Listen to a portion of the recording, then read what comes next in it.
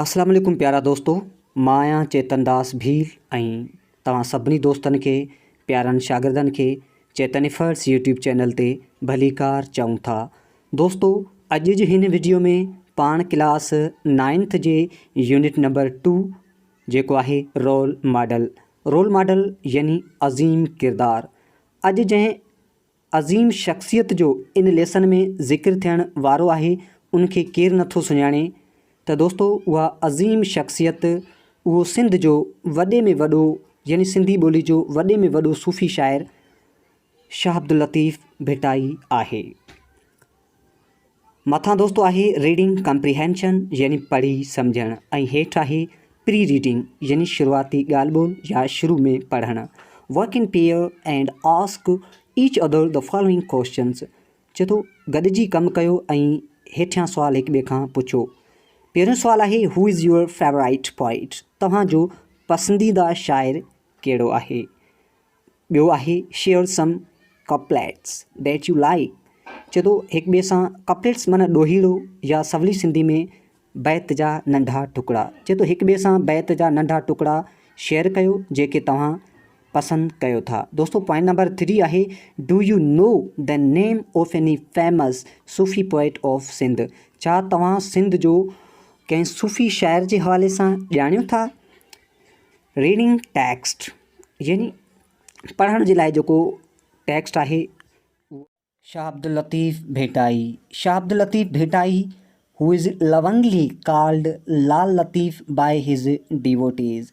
चए थो शाह अब्दुल लतीफ़ भिटाई प्यार मंझां लाल लतीफ़ जे नाले खां सॾियो वञे थो। was a noted Sindhi Sufi scholar mystic saint and poet. चए थो जेको हिकु सिंधी सूफ़ी शाइर दानिश्वर ऐं बुज़ुर्ग हो।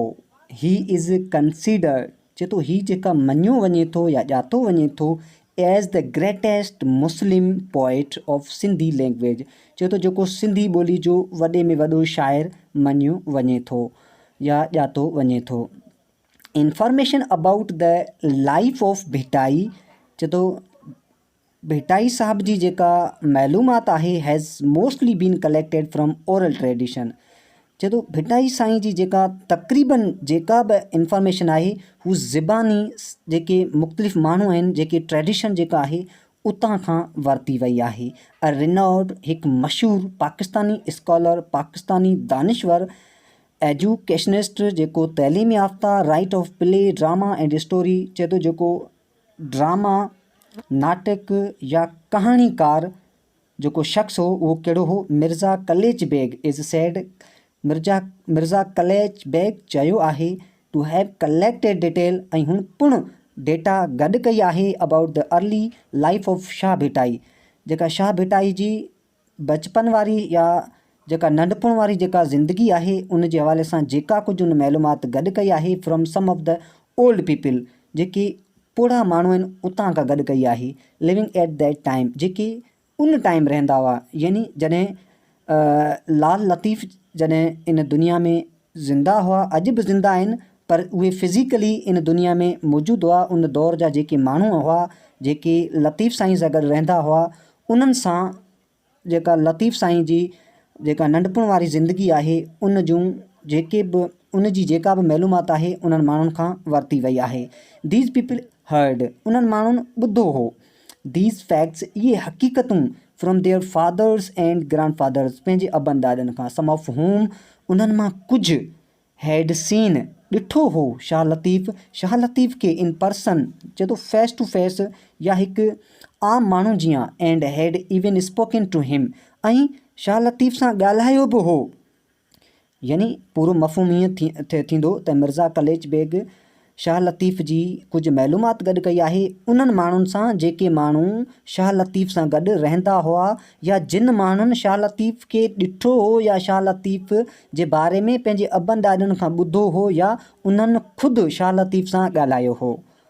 सूफ़ी पोइट चए थो हिकु सूफ़ी शाइर लतीफ़ उर्स जेका लतीफ़ साईं जो उर्स मुबारक इज़ हैड at his shrine every year. चए थो जेको मुनक़िद कयो वञे थो या जेको उर्स जेका मल्हायो वञे थो जेका इन जी मज़ार ते ऑन 14th सफ़र जेका 14 सफ़र ते the second month of the Muslim calendar जो तो इस्लामिक कैलेंडर आहे उन जो ॿिए महीने ते थाउजेंड ऑफ पीपल हज़ारे माण्हू गेदर्ड हिते गॾु थियनि था and listen to the sand song ऐं सूफ़ी राग ॿुधनि था संग जेको ॻायो वञे थो ऑन द तंबूरे ते संग दोस्तो सिंग जी सॉरी थर्ड फॉर्म आहे मैनी लर्नड मीन केतिरा ई माण्हू हिते जेके सिखनि था रीड पेपर्स जेके पेपर जेके पढ़नि था दैट टेल अबाउट लतीफ़्स लाइफ जिन्हनि ते लतीफ़ साईं जी ज़िंदगी में ॿुधायो वियो आहे एंड हिज पोइट्री ऐं जेका लतीफ़ साईं जी शाइरी सम ऑफ द की एस्पेक्ट्स चए थो उन्हनि मां जेके चंद ॾेख या चंद जेके ॻाल्हियूं या पहलू शेयर्ड बाय डिफरेंट स्कॉलर्स जेके जेके ॾिना विया आहिनि शेयर कया विया आहिनि मुख़्तलिफ़ दानिश्वरनि खां अबाउट लतीफ़्स जेका लतीफ़ साईं जे बारे में आर गिवन बिलो हेठि ॾिनल आहिनि त दोस्तो इन जो मतिलबु आहे त लतीफ़ साईं जी ज़िंदगी जे बारे में कुझु पहलू ॾिनल आहिनि कुझु ॻाल्हियूं ॿुधायल आहिनि मुख़्तलिफ़ दानिश्वर माण्हुनि सां। हाणे पहिरीं पॉइंट आहे असां इन खे थोरो ज़ूम कयूं था बैकग्राउंड एंड फैमिली चए थो लतीफ़ साईं जो फैमिली ऐं उनजो बैकग्राउंड जेको उहो कहिड़ो हो। शाह लतीफ़्स एंसेस्ट्रल रूट ले इन अफ़गानिस्तान चए थो शाह लतीफ़ जा जेके अबा ॾाॾा हुआ उहे अफ़गानिस्तान में रहंदा हुआ। सम हिस्ट्रियन जेके कुझु तारीख़दाननि सेज़ दैट शाहज़ फादर कुझु तारीख़दाननि चयो आहे त शाह साईं जो बाबा साईं सैयद हबीब शाह जंहिंजो नालो सैयद हबीब शाह हो माइग्रेट फ्रॉम मटियारा चए थो कुझु माण्हुनि जो चवणु आहे त शाह साईं जा जेके बाबा साईं जेके शाह हबीब शाह हुआ उहे मटियारा खां लॾे आया हुआ। हिज इंसेस्ट्रल होम इन अफ़गानिस्तान यानी हू चवनि था त इन्हनि जो अबनि ॾाॾनि जा जेके घर हुआ या इन्हनि जो जेको बचपन या इन जी जेका नंढपण या इन जा जेके बि अबा ॾाॾा हुए अफ़गानिस्तान में रहंदा हुआ। टू बैनपुर जेका बैनपुर हिकिड़ो इलाइक़ो आहे हुते इन सिंध में in order to gain spiritual contract with Bilawal चए थो उहे जेके हिते सिंध में रूहानी राब्ता रखणु जेका बिलावल साईं सां रूहानी राब्ता रखण जे लाइ आया ए लोकल प्योर्समैन चए थो जेको हिकु उते जो मक़ामी दीनदार माण्हू हो। अदर्स सेज़ ॿिया चवनि था that his ancestor migrate to Sindh from Herat चए थो कुझु माण्हू चवनि था त इन जा जेके अबा ॾाॾा हुआ उहे सिंध हिरात खां लॾे आया। Sindh was then the centre of Muslim culture चए थो सिंध जेको उन टाइम मुस्लमाननि जो गढ़ हुई या इस्लामी कल्चर जो हिकिड़ो गढ़ हुई and Shah Latif's ancestors like it so much ऐं शाह लतीफ़ जा जेके अबा ॾाॾा हुआ इनखे तमामु घणो पसंदि कंदा हुआ that they decided to make it their home तंहिं लाइ इन्हनि इते ई पंहिंजो घरु ठाहिण जो फ़ैसिलो कयो। उन खां पोइ दोस्तो पॉइंट नंबर 2 आहे द नेम भिटाई चए थो जेको शाह अब्दुल लतीफ़ जो नालो जेको भिटाई कीअं पियो। इन 70,042 1742 में Shah Latif left his home Shah Latif पंहिंजो घर छॾे ॾिनो and went to live on a mount ऐं भिट ते रहणु लॻो at some distance from his village चए थो पंहिंजे ॻोठ सां कुझु मुफ़ासिले ते ए माउंड ऑफ सैंड चए थो जेको वारी जो दड़ो हो इज़ कॉल्ड भिट जंहिंखे भिट सॾियो वञे थो इन सिंधीअ में ड्यू टू द फैक्ट चए थो कुझु हक़ीक़तनि जे करे that he lived on this mound for the rest of हिज लाइफ चए थो कुझु हक़ीक़तूं ॿुधाइनि थियूं त जेका शाह लतीफ़ इन भिट ते ज़िंदगीअ जे सुकून जे लाइ वेठा या हुते रहिया due to fact that he lived on this mound चए थो जेका ही हिते माउंट ते या इन दड़े ते रहंदा हुआ फॉर द रेस्ट आराम लाइ ऑफ हिज लाइफ पंहिंजी ज़िंदगीअ जे आराम जे लाइ Shah Latif came to be known Shah Latif खे पुण ॼातो वञे थो as the saint of Bhit जो बुज़ुर्ग टू दिस डे चए थो उन ॾींहुं he is famous all over the country as Shah Abdul Latif Bhittai उन ॾींहं खां पोइ हीअ जेका मशहूरु थियो ओवर द कंट्री चए थो पूरी दुनिया में जेका शाह लतीफ़ मशहूरु थियो कहिड़े नाले खां शाह अब्दुल लतीफ़ भिटाई जे नाले खां और शाह लतीफ़ या Shah Latif of the mound या लतीफ़ ऑफ द माउंड भिट जो लतीफ़ भिट जो कोट। पोइ पॉइंट नंबर 3 आहे अर्ली लाइफ एंड एजुकेशन। चए थो शाह लतीफ़ जी शुरुआती ज़िंदगी ऐं तइलीम। Shah Bhittai was born in 1689 AD। चए थो शाह लतीफ़ जेके 1689 में पैदा थिया। 14 सफ़र 1102 जेको इस्लामी कैलेंडर जे हवाले सां 14 सफ़र 1102 हिजरी ते इन सिमाल विलेज कॉल्ड हाला हवेली। चए थो हिकु नंढे ॻोठ में जेका हाला हवेली जे नाले खां सॾी वञे थी। A few miles to the east of present town of भेटशाह।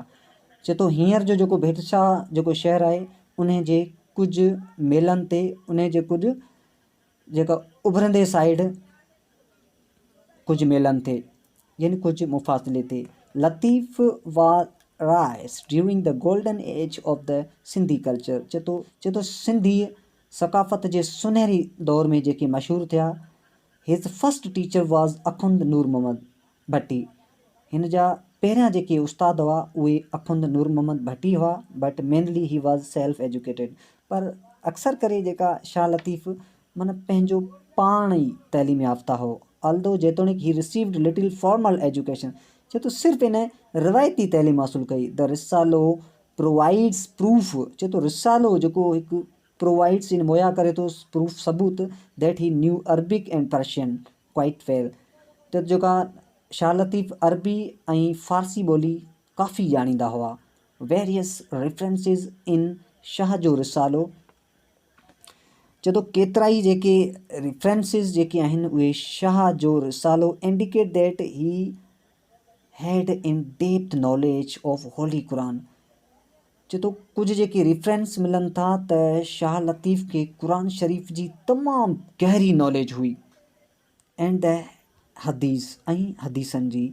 हिज पोएटिक कलेक्शन इन जी शाइराना जेका कलेक्शन आहे include the मनसवी and Maulana Jalaluddin Rumi and Shah Karim's poems. चए थो इन जी जेके बि शाइराना या शाइरी जेका कलेक्ट कई वई आहे उन में शामिलु आहे मनसवी ऐं मौलाना जलालुद्दीन रूमी जी बि शाइरी आहे एंड शाह करीम्स। दोस्तो पॉइंट नंबर 4 आहे युथ यानी जवानी वारो टाइम शाह लतीफ़ जो। Young Latif had a very sensitive mind. चए थो जेका नौजवान लतीफ़ खे शाह लतीफ़ खे हिकु तमामु आला क़िस्म जो दिमाग़ु हूंदो हो। While he was only a boy. चए थो जेतोणीकि ही सिर्फ़ु छोकिरो हो। He started composing poetry. माना नंढपण खां ई इन कंपोज़िंग जेका पोइट्री कंपोज़ करणु पोइट्री लिखणु शुरू कई। His admiration for the beauty of nature filled his heart with the love of God। चए थो इन जी वाखाण for the beauty of nature कुदरत जी ख़ूबसूरती filled his heart इन जी दिलि जेका भरियलु हुई with the love of God ख़ुदा जे प्यार मां। इन 1713 1713 में द सूफ़ी पोइट मैरिड। चए थो सूफ़ी शाइर शाह लतीफ़ शादी कई विथ बेबी साइदा बेगम सां। His wife died at the early age.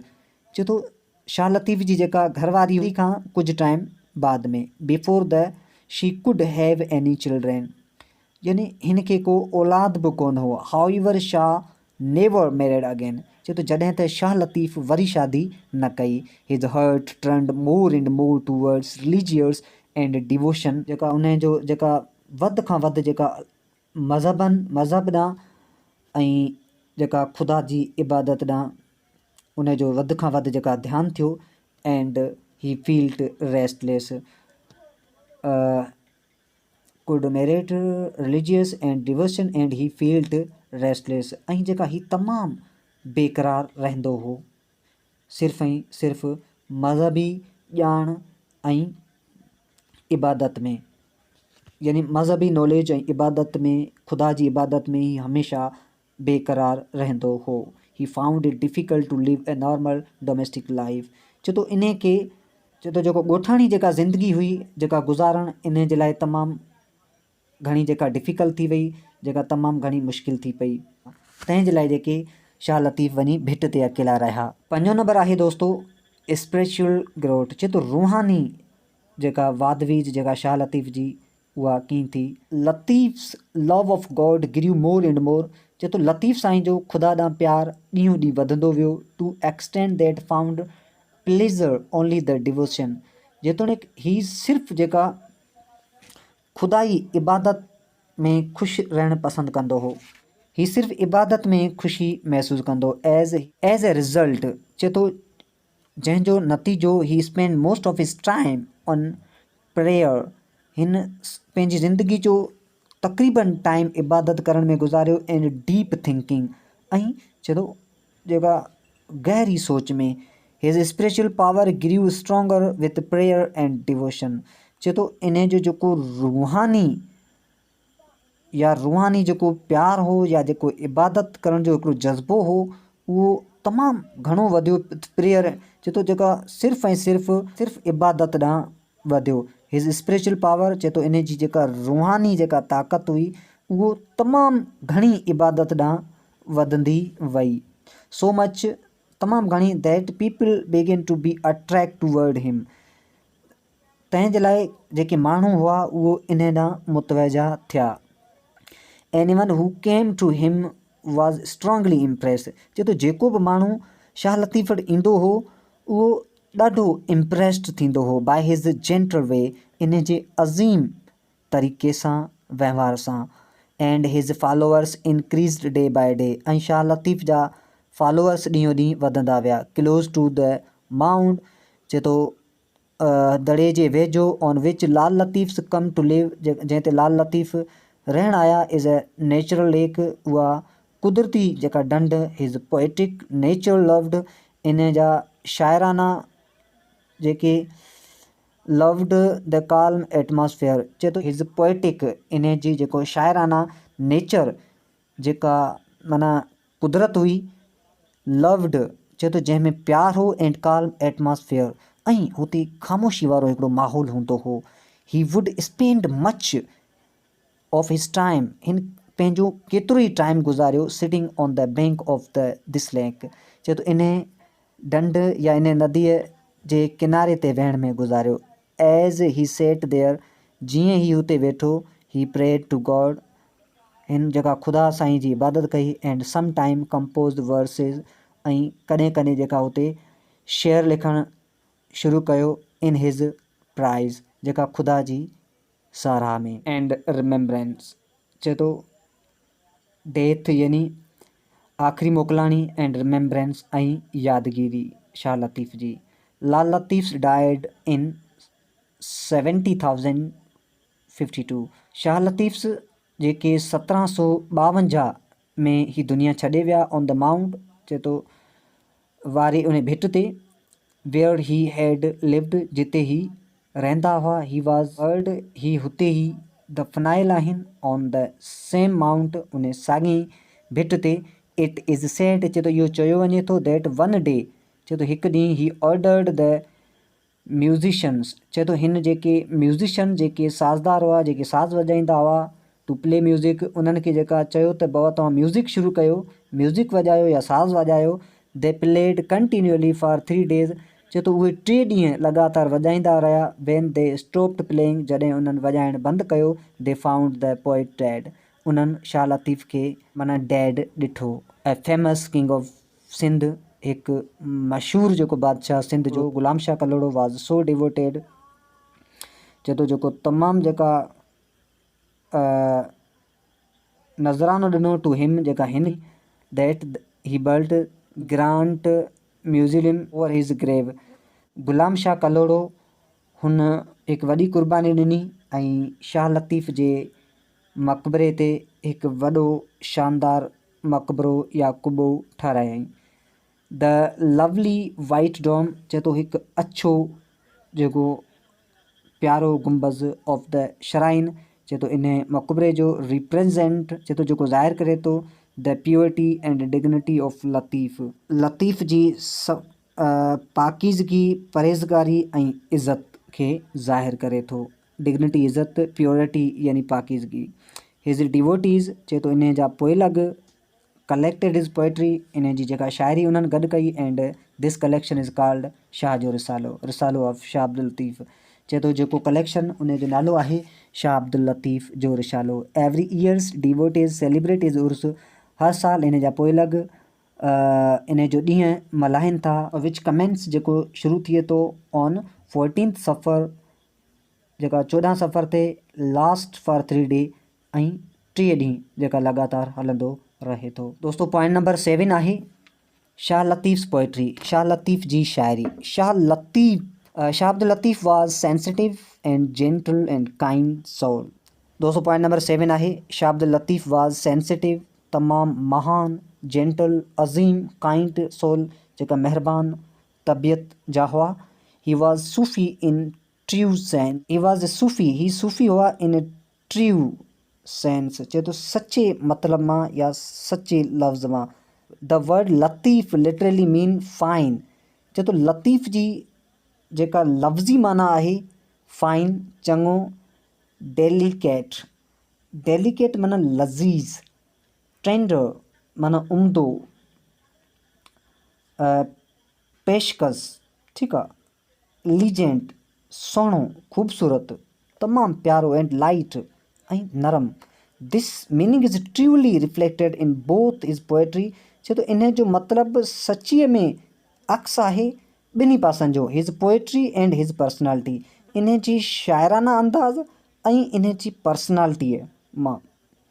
मोर इवर घणो करे he was a poet of people, ही माण्हुनि जो ई शाइर आहे।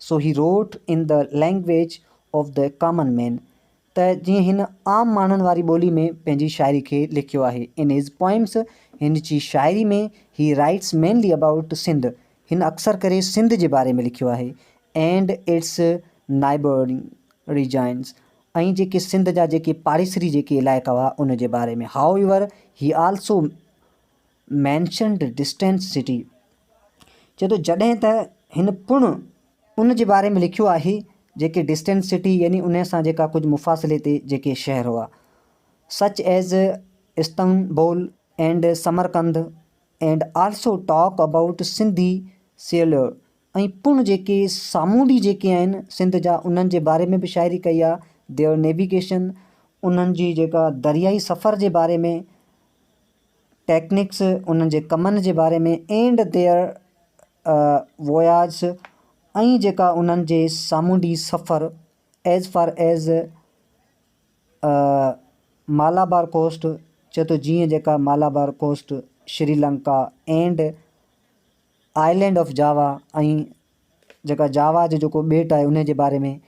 Hair is the translation of one such verse, हिते जेका शाह लतीफ़ जे हिकु बंद जी जेका ट्रांसलेशन कई वई आहे। A cloud return and once again it rain, lighting flashes from all sides, and with it some go to Istanbul, other turns to the west, some shine bright ever China, others lake care of the Samarkand, some wander to Rome, to Kabul, to Kandahar, some lie in Delhi, Deccan thunders overs। दोस्तों इहो शाइरी आहे, तव्हां पढ़ी हूंदी, साईं सदाईं करी मथे सिंध सुकार, उहा साॻी शाइरी आहे।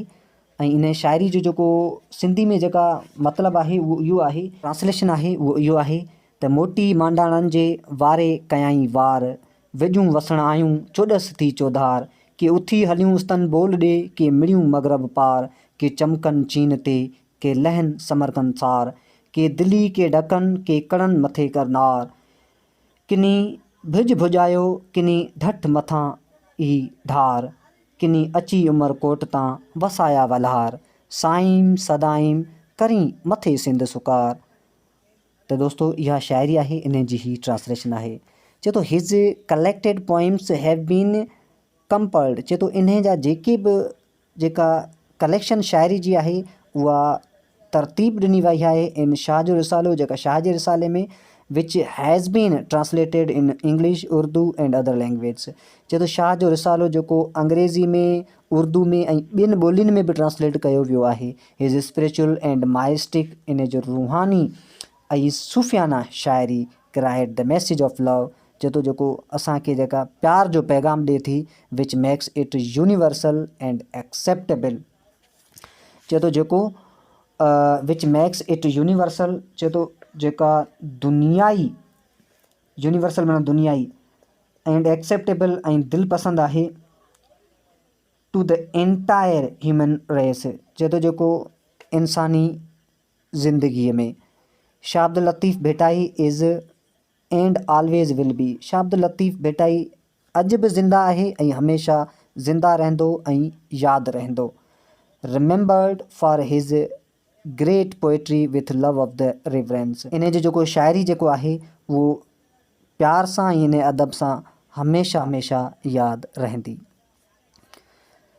तो दोस्तों इन में एक्चुअली में जेके बि सेंसिबल यानी हू ॻाल्हियूं हुयूं उहे जेके रूहानी ॻाल्हियूं हुयूं जेके शाह लतीफ़ जूं जेके बयानु कयल हुयूं, मूंखे उमेदु आहे त तव्हांखे हीउ लेसन सम्झ में अची चुको हूंदो। असां कमेंट्स में उहा एक्सरसाइज़ मूंखे ॿुधाईंदो जेका तव्हांखे डिफ़िकल्ट लॻे पई, जेका तव्हांखे सम्झ में न पई अचे, त कमेंट्स में लाज़मी ॿुधाइजो जेका एक्सरसाइज़ तव्हांखे ॾुखी लॻे पई।